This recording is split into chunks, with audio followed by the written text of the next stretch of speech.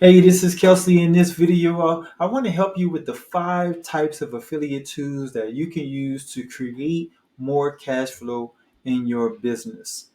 So, the first type of tool that you can use includes tools for tax reduction purposes. I'm talking tax services, home business deduction apps, those type of tools. The next type of tools involves debt elimination tools, which is including debt elimination plans and systems.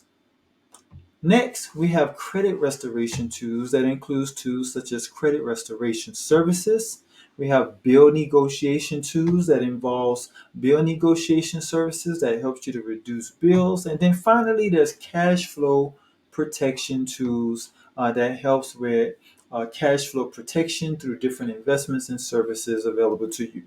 All right, so I hope that that was helpful. Thank you for watching. If you're new to the channel, please subscribe. Make sure you like this particular video, make a comment, click on that bell notification if you want to be notified when new content is released. Thanks for watching.